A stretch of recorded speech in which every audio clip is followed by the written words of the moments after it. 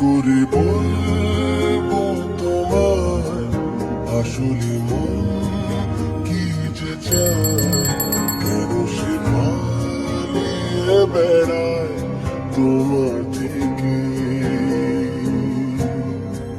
কি করে বলবো তোমায় কেন এই মন হাত বাড়ায়, আবারও হারিয়ে এসে যায় তোমার থেকে।